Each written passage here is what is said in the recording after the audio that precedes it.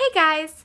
So lately I've been getting a lot of questions about how I do my hair, how I dye it, things like that. So I thought that since it's getting kind of faded and I need to re-dye it anyway, I thought that I would just do kind of like a vlog slash tutorial type thing so that people can see how. And if you want tips, step one is not to wear anything nice while you're dyeing your hair. Don't have any jewelry on. Don't wear any nice clothing. I usually wear old t-shirts that I don't really like that much anyway. And this is because no matter how many times you've done it before, you will have drips. And you don't want to ruin clothes that you like or that you're going to wear again, which is why you should usually wear something that you're not fond of. So now that you've got your old, unloved clothing on, we're ready to move to the bathroom and actually start the dyeing process. Step two is optional, but I really recommend it, and that's to bleach your hair. Now, I know a lot of people don't like to use bleach on their hair because it's very damaging, but if you do, it will make the color last longer and it will make it more vibrant because bleach actually opens up the pores in your hair, which helps it absorb the dye better. The only situations where I wouldn't suggest using bleach is if you're dyeing your hair the same color like I am today. Like, I'm not actually going to bleach today because it's just dyeing it a darker blue. But if you're changing the color, I would definitely recommend using bleach first because it gets all the existing color out of your hair. The only situation where you probably don't need to do this is if your hair is already a very light blonde. Another tip is that you should always read the instructions before you even touch your hair. Like, don't even open the bottle of dye until you've read all the instructions because it will tell you how long to leave it on, how to properly apply it, and other things that you really need to know. Every brand of hair dye is different, so even if you've dyed your hair before, it doesn't necessarily mean that you know how with this particular brand, so you always need to read the instructions first.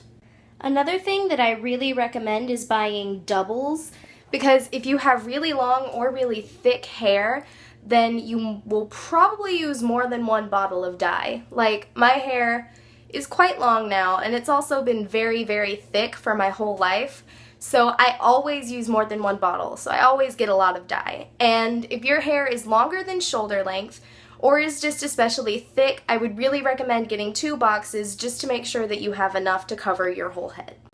Another thing to remember is to always wear gloves. Now, most hair dye comes with gloves in the box with the dye, like this one did, but sometimes it won't, so it's good to always have gloves on hand. I've actually never used this brand before, so I'm hoping it works out well.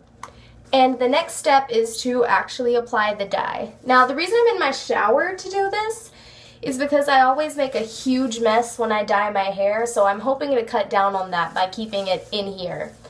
Now, these come in the little applicator bottles, which is really helpful because it's a lot easier, but if it doesn't come in a bottle like this with a little tip, then you can pour the dye into a bowl, and you can get a little brush. They sell hair dye brushes on Amazon.com for about $2, which is a great deal. And you can get this brush and dab it in and just apply it to your hair like you're painting. But with the applicator bottle, you just kind of squeeze a little bit onto your hair, if I can get some out, and then you just rub it in with the glove, like that. And then you just repeat this process with your whole head. So this is going to take a while, so I'm going to... Okay, so my hair is now completely saturated with dye, and there's quite a bit on my hairline and my hands, because like I said, I make a mess. So now it's time to wait. And this is the part that I find most frustrating because it takes a while, and your head is itching, and it's wet, but I have found several things that make it much more fun, and I'm going to share those with you now. The first thing you can do to kill the time while you're waiting for your dye to set is to listen to music. I have several CDs.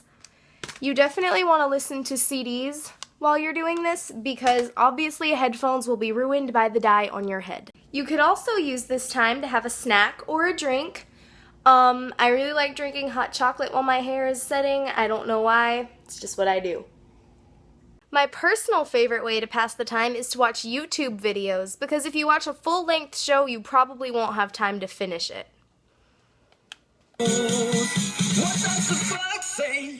My family actually came home just now while I was singing to my dog.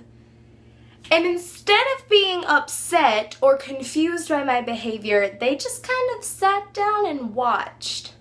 I think this says a lot about me, my life, and my family's expectations of me. And that means it's time to go rinse out my hair. Okay, so I'm out of the shower, my hair is dry, and I think it's time to take a look. So, let's see. Whoa. I actually really like this. This is almost exactly what I wanted. It's not as purpley in real life as it looks on camera. It's actually a very vibrant, like, cobalt blue, and I really, really love it, and I'm so happy with it. And I hope that you guys who decide to dye your hair are as happy with yours as I am with mine. And I love you guys. Bye!